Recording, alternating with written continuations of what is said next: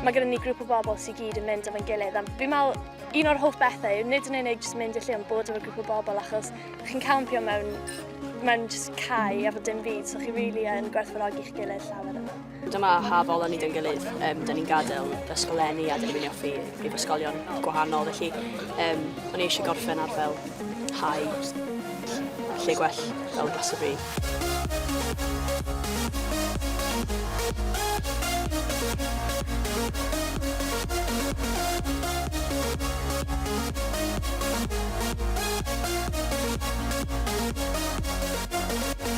I Kanye West, fi'n eitha big Kanye West fan. Florence Machine. Kanye, Jamie XX, Cabbage the Bottlemen.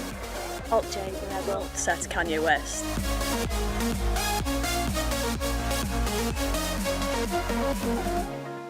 Glastonbury, fi wedi sylwi bod e wir fel byd hollol gwahanol. Mae'n enfawr, dwi byth wedi bod rhywle sy'n mor fawr. Mae ail waith fi yma, a nes i'n joio gymaint o dwytha o rai fi ddod nôl yma. Dwi'n meddwl mae'r atmosffer o bod ddim yma, mae o'n wych. Mae'n un o'r pethau yna sy'n ar bucket list fi, a dwi eisiau gadaifo fi dod o. Just chilled, fel bod pawb yn joio, pawb yn ymlacio gyda'i gilydd.